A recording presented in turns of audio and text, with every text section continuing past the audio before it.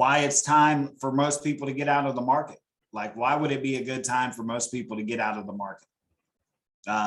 With the state of the economy, what's going on with the stock market, it's going up, it's going down, kind of like we spoke about last week on EKG effect or the other day.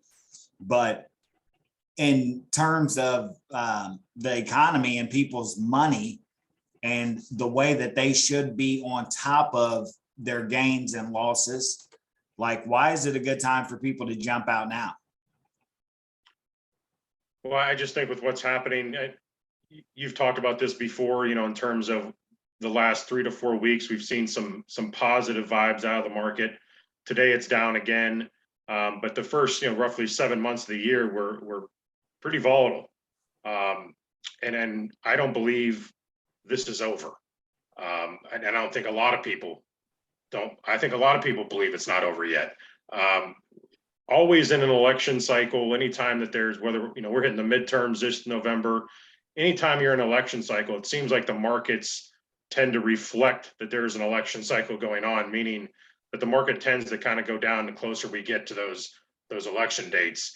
So I just think there's just too much turmoil going on globally right now.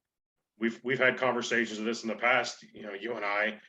What's happening with Ukraine and Russia? What's happening possibly with what China's intentions are with Taiwan?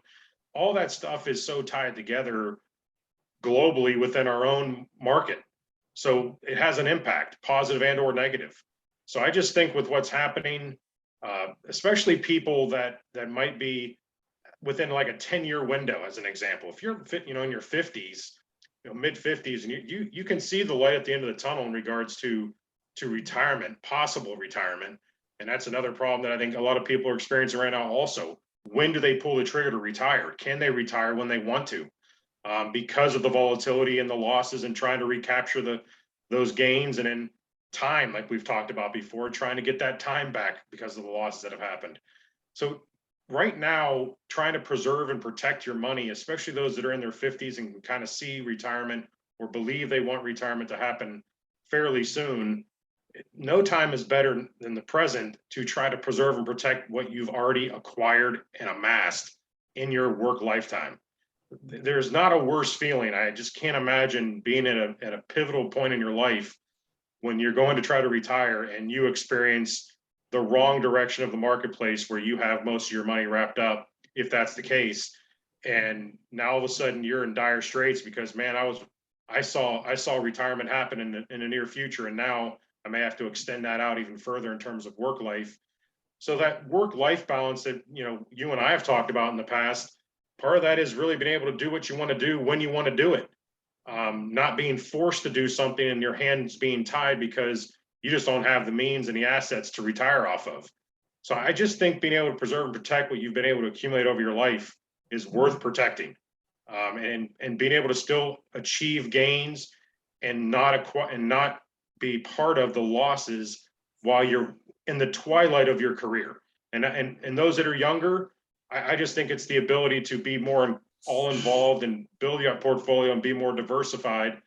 Maybe something like this makes sense for those that are younger in their 30s, but maybe not. That's all part of discussion, getting to understand what someone's trying to achieve. But man, people that are in the twilight of their careers, I think it's important to protect what you have and not put all that eggs in that particular market setting, and trying to be able to make sure that you have the ability to retire when you want to.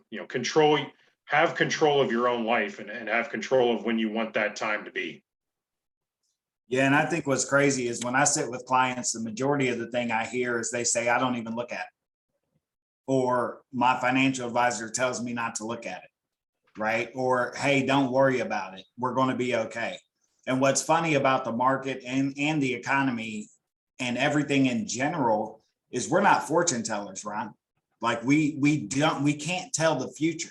So how do you tell someone when everything looks and points in the direction of recession, higher interest rates with the Fed hiking interest rates? Like, how do you look at someone in the eye and tell them it's going to be okay, just ride it out? And I mean, it mainly comes down to the money and the way, kind of like we talked in the past, that financial advisors make their money. Like, if they don't manage your money, if you're in a safe vehicle and they're not managing your money, then you're in a position where they're in control. So how can they ever dictate or tell you what to do, what not to do, when you know what's coming? I mean, everybody sees it. Everybody sees the writing on the wall. We've talked about how inflation's up. We've talked about how interest rates are going up, home inventories are low, and a little bit of everything points in the direction, hey, if you're in the market still, you're going to lose a good portion of your money. And we've talked about in the past, if you've got time, 12 years to recover or 20 years to recover, it could be a great time to be in the market. You may take a loss, right? But then you got time to recoup. What